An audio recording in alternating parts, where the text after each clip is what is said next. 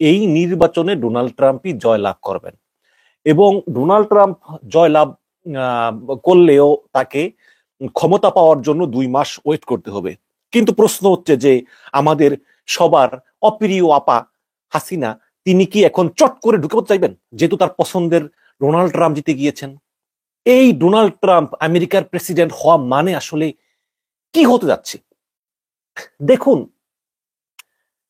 বাংলাদেশের প্রতি আমেরিকার যেই নীতি, বিশেষ করে একের পর এক যখন আমেরিকার ঊর্ধ্বতন কর্মকর্তারা যেমন আইলিন লাউবেচার, তারপরে ভিক্টোরিয়া নুল্যান্ড, ডোনাল্ড লু, পিটার হাস, এরা সবাই সহ যেভাবে হাসিনা সরকারের উপর একের পর এক চাপ প্রয়োগ করেছেন, এবং বিশেষ করে গত বছরের 28 অক্টোবর বিএনপি যে 15 লক্ষ লোক ঢাকা এনেছিল, ওই দিনই বিএনপিকে ক্র্যাকডাউন করা হলো, জামাত ইসলাম সভা করেছিল, এ সবের পিছনে কিন্তু পিটার হাসের প্রকাশ্য সমর্থন ছিল। কিন্তু বিএনপি ব্যর্থ হয়েছে, সেটা ভিন্ন আলাপ। তো এগুলো কিন্তু হয়েছে, কিন্তু আমি মনে করি যে ডোনাল্ড ট্রাম্প প্রেসিডেন্ট থাকলে এগুলো হতো না। কারণ ট্রাম্প মূলত মানে কোন দেশে কি হচ্ছে না হচ্ছে এটা নিয়ে তার কোনো মাথা ব্যথাই নেই। এবং ডোনাল্ড ট্রাম্পের বিশ্ব রাজনীতি নিয়ে ধারণা অত্যন্ত নিম্নমানের। ডোনাল্ড ট্রাম্পের বিশ্ব রাজনীতি নিয়ে শুধু রাশিয়া, তারপরে ইসরায়েল আর চায়না, এই 3টা বিষয় সীমাবদ্ধ, এর বাইরে তারা কোনো জ্ঞান নাই। এমনকি বাংলাদেশ কোথায় তিনি জানেনও না। তো এই যে 2018 সাল থেকে মূলত আমেরিকার নজর পড়েছে বাংলাদেশের দিকে, যে বাংলাদেশে মানবাধিকার লঙ্ঘিত হচ্ছে, বাংলাদেশে একটা অনির্বাচিত স্বৈরাচার হাসিনা দেশের মানুষকে গুম করতেছে, খুন করতেছে। এই ডোনাল্ড ট্রাম্পের শেষ সময় থেকে কিন্তু এরকম একটা কার্যক্রম শুরু হয়, যেটা শেষ পর্যন্ত হাসিনার পতন ডাকা পর্যন্ত এটা আমেরিকার একটা চোখ ছিল বাংলাদেশের উপরে। কিন্তু ডোনাল্ড ট্রাম্প থাকলে এটা হতো না। ট্রাম্প কোথায় কি হচ্ছে না হচ্ছে এগুলোর কোনো মাথা ব্যথা নাই। ট্রাম্প এরকমই, তিনি আভ্যন্তরীণ বিষয়ে নজর দেন। এখন ট্রাম্প তো প্রেসিডেন্ট, এখনো আনুষ্ঠানিক ঘোষণা হয়নি, বাট ট্রাম্প তো প্রেসিডেন্ট হয়ে যাবে, কোনো সন্দেহ নেই। তাহলে এখন প্রশ্ন হচ্ছে যে বাংলাদেশের উপর আসলে কি হতে পারে? আপা কি চট করে ঢুকে যাবেন? একটা কথা বলে রাখি দর্শক, সেটা হচ্ছে যে আপার রাজনীতি শেষ। আপার যে লোকজন, আপার পুলিশ, আপার যে সাঙ্গপাঙ্গরা যারা পালিয়ে আছে, তাদেরকে এই বাংলাদেশে আর পুনর্বাসিত হতে দেওয়া যাবে না। সেটা বিএনপি করলেও আমরা বিএনপির বিরুদ্ধে দাঁড়াবো, যদি বিএনপিটা করতে চায়। কারণ এরা গণহত্যাকারী। আজকে দেখলাম খালেদ মহিউদ্দিন টকশো করবে সাদ্দামকে নিয়ে, যে সাদ্দাম হচ্ছে নিষিদ্ধ ঘোষিত সংগঠন ছাত্রলীগের সভাপতি এবং গণহত্যার সরাসরি নির্দেশদাতা। এই ধরনের খালেদ মহিউদ্দিনের মতো টোটকা পটকা সাংবাদিকদেরকে আমাদের বর্জন করতে হবে, যারা ওই জার্মানির ডয়চে ভেলের চাকরি ছেড়ে এখন আমেরিকায় এসে ইউটিউব ব্যবসায়ী হয়েছে। এই খালেদ মহিউদ্দিনকে বর্জন করতে হবে। আগে টকশো করতো একটা, এখন সপ্তাহে টকশো করে 3টা, মানে ভিউ বেশি পাওয়ার জন্য। যাই হোক, এখন প্রশ্ন হচ্ছে যে আসলেই কি ট্রাম্প ক্ষমতা এলে আসলে কি হবে? দেখুন, আমেরিকার প্রেসিডেন্টের ক্ষমতা কিন্তু রাশিয়ার প্রেসিডেন্টের মতো না। যেমন রাশিয়ার প্রেসিডেন্ট পুতিন বললো এটা করো ওটা করো, আমাদের হাসিনাও যদি বলে এটা করো ওটা করো, সবাই করতো, তাই না?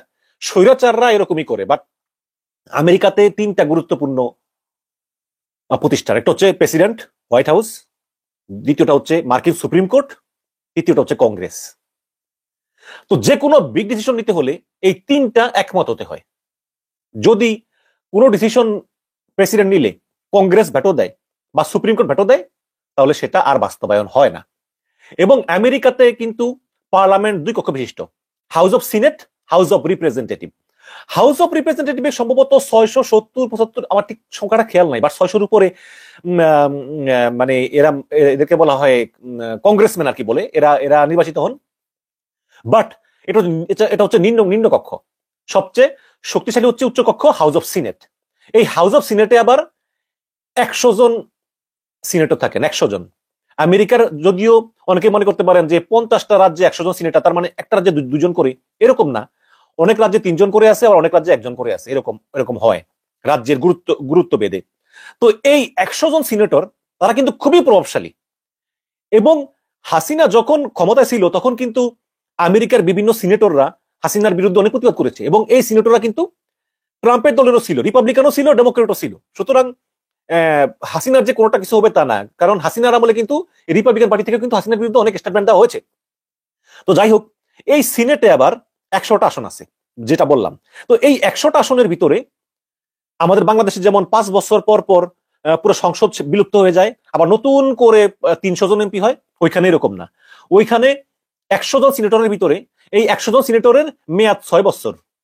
তো এই 6 বছর মেয়াদের সিনেটরদের প্রতি 3 বছর পর পর 33 জনের নির্বাচন হয়। যেমন যেমন 2 বছর পর 33 জন, 2 বছর পর 33 জন, 2 বছর পর 34 জন, 33 33 34 100। তাহলে এই সিনেট কিন্তু কখনো ভাঙে না।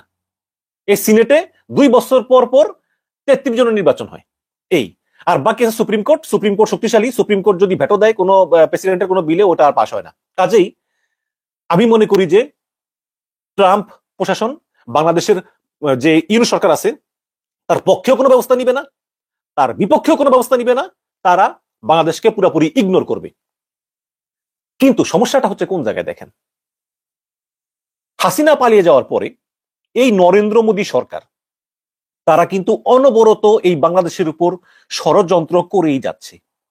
তারা গ্লোবালি বলতেছে হিন্দু নির্যাতন হচ্ছে, হিন্দু নির্যাতন হচ্ছে, হিন্দু নির্যাতন হচ্ছে। আমরা বলি হচ্ছে না, হচ্ছে না, তারা আরো বড় গলায় বলে হচ্ছে। আমরা বলি হচ্ছে না, তারা মাইক লাগিয়ে বলতেছে হচ্ছে। তার মানে কি দাঁড়ায়? তার মানে দাঁড়ায় এখানে দুইটা জিনিস। একটা হচ্ছে যে নরেন্দ্র মোদীদের নীতি হচ্ছে যে একটা মিথ্যা কথাকে আপনি 1000 বার বললে ওইটা সত্য হয়ে যায়।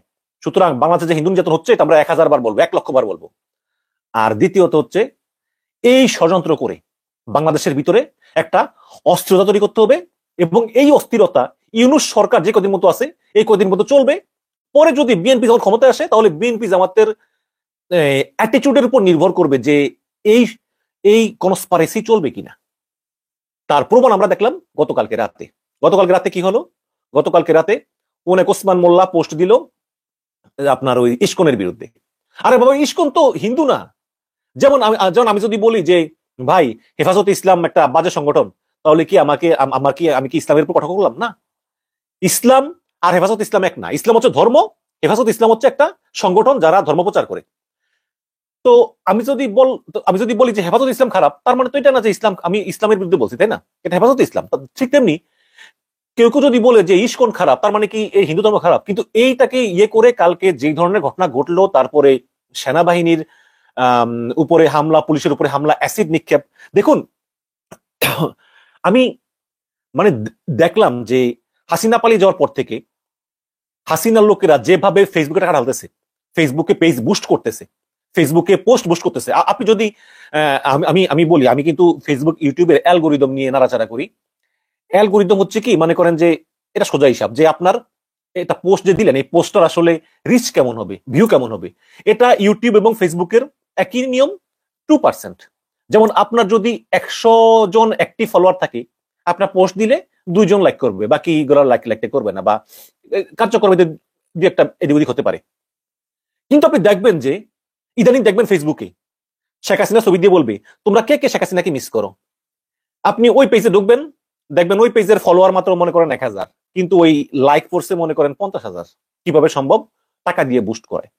এইভাবে এরা টাকা দিয়ে বুস্ট করায়। এবং ঠিক কিছু হিন্দু সম্প্রদায়ের লোকেরাও এই যে বাংলাদেশে হিন্দু নির্যাতন হচ্ছে এইগুলো টাকা দিয়ে শুধু বুস্ট করে।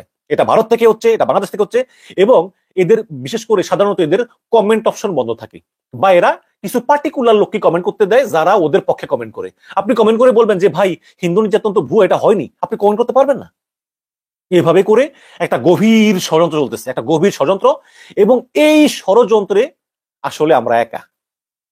আমাদের সঙ্গে যদি আমেরিকা ছিল, এখন আমেরিকা থাকবে না 2 মাস পরে, আমরা একা হয়ে যাব। সুতরাং আমাদেরকে মোকাবেলা করতে হবে। আমাদের পাশে ভারত, তারা অনেক বড় প্রতিবেশী, তারা ষড়যন্ত্র করতে চাইলে আমাদের সেটা মোকাবেলা